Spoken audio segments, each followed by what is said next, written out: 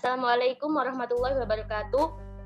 Kami dari kelompok 1 akan mempresentasikan perbedaan antara kurikulum Merdeka dan kurikulum 2013. Anggota dari kelompok 1 adalah saya, Lini Rawlatul Hikmiyah, Lydia Amelia Simanjuntak, Naufal Taufikur Rahman, dan Sylvia Rosa Fadila. Untuk yang pertama yaitu mengenai kerangka dasar. Perbedaan kurikulum K13 dengan kurikulum Merdeka berdasarkan kerangka dasarnya itu untuk kurikulum K13 landasan utamanya yaitu sistem pendidikan nasional dan standar nasional pendidikan. Sementara untuk landasan kurikulum Merdeka yaitu sistem pendidikan nasional dan standar nasional pendidikan serta mengembangkan profil pelajar Pancasila pada peserta didik. Jadi perbedaannya terletak pada adanya tambahan pengembangan profil pelajar Pancasila pada peserta didik untuk kurikulum Merdeka. Untuk selanjutnya yaitu mengenai struktur kurikulum. Perbedaan struktur kurikulum 2013, K13 dan kurikulum Merdeka. Untuk kurikulum K13 yang pertama, satuan pendidikannya menggunakan pendekatan pengorganisasi pembelajaran berbasis tematik integratif.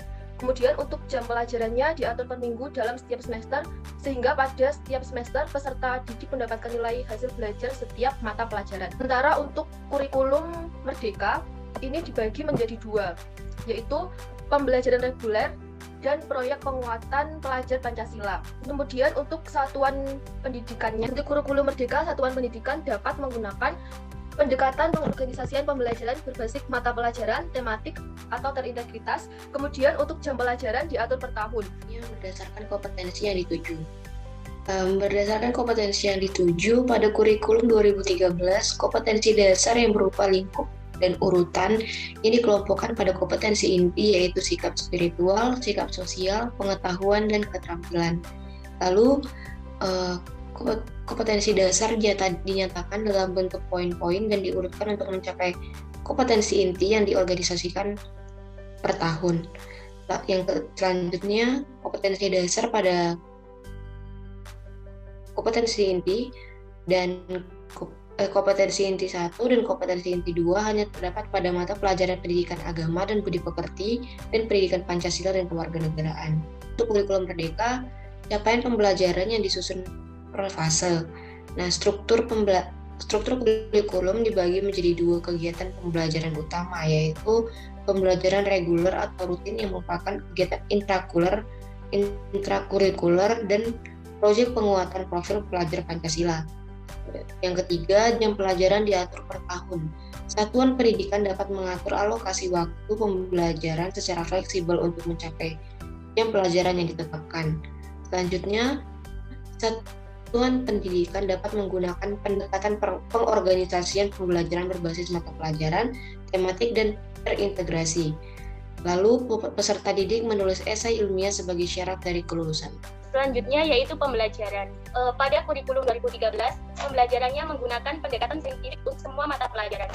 Pembelajaran hanya terfokus pada intrakurikuler atau tatap muka. Untuk kurikuler dialokasikan beban belajar maksimum 50% di luar jam tatap muka, tetapi tidak diwajibkan dalam bentuk kegiatan yang direncanakan secara khusus, sehingga pada umumnya disesuaikan dengan kreativitas guru pengampu. Sedangkan untuk kurikulum Merdeka menggunakan pembelajaran terdiferensiasi sesuai tahap capaian peserta didik. Paduan antara pembelajaran intrakurikuler yaitu sekitar 70-80% dari jam pelajaran, sedangkan kokurikuler melalui proyek penguatan profil pelajar Pancasila dengan waktu sekitar 20-30% jam pelajaran. Pada kurikulum Merdeka, alokasi waktu pembelajaran lebih fleksibel. Oke, selanjutnya yaitu penilaian. Perbedaan penilaian pada K13 dengan kurikulum Merdeka. Pada K13, penilaian menggunakan penilaian formatif dan sumatif oleh pendidik untuk memantau kemajuan belajar, hasil belajar, dan juga deteksi kebutuhan perbaikan hasil belajar siswa secara berkesinambungan. Selain itu, kurikulum 2013 penilaiannya juga dibagi menjadi penilaian sikap, pengetahuan, dan keterampilan. Sedangkan penilaian pada kurikulum Merdeka berfokus pada penguatan asesmen formatif dan penggunaan hasil asesmen untuk merancang pembelajaran sesuai tahapan capaian siswa. Kemudian pada kurikulum Merdeka juga penilaian mengutamakan pada proyek penguatan profil pelajar Pancasila.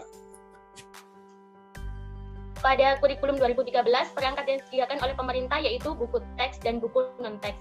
Sedangkan pada kurikulum Merdeka ada buku non-teks, buku teks, modul ajar, alur tujuan pembelajaran, contoh proyek penguatan profil pelajar Pancasila, dan contoh kurikulum operasional satuan pendidikan. Kemudian perangkat kurikulum Perbedaan antara kurikulum 2013 dan juga kurikulum Merdeka. Pada perangkat kurikulum 2013 disertai perangkat pedoman implementasi kurikulum, panduan penilaian, dan juga panduan pembelajaran setiap jenjang. Selain itu, pemerintah juga menyediakan perangkat ajar buku teks maupun non-teks pada kurikulum 2013. Sedangkan pada kurikulum Merdeka, perangkat kurikulum disertai perangkat panduan pembelajaran dan asesmen, panduan pengembangan kurikulum operasional sekolah, panduan pengembangan proyek penguatan profil pelajar Pancasila, dan beberapa panduan-panduan lainnya. Selain itu, pemerintah juga menyediakan perangkat ajar berupa contoh modul ajar, alur tujuan pembelajaran, dan lain sebagainya. Yang terakhir ada kelebihan dan kekurangan. Kelebihan dari kurikulum 2013, yang pertama, siswa lebih dituntut untuk aktif, kreatif, dan inovatif dalam setiap pemecahan masalah yang mereka hadapi di sekolah. Yang kedua, sifat pembelajaran sangat kontekstual. Yang ketiga, penelitian meliputi aspek kognitif, afektif, psikomotorik sesuai proporsi.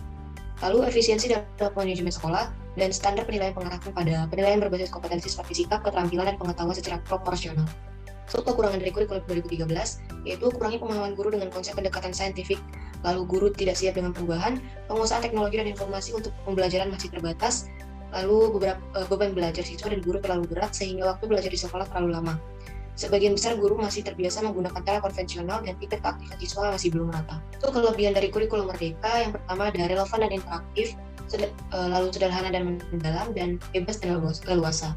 Untuk kekurangannya, yang pertama persiapannya belum matang, lalu sistem yang belum terencana dengan baik, dan kurangnya sumber daya manusia. Sekian dari kami, apabila ada kesalahan mohon dimaafkan. Terima kasih.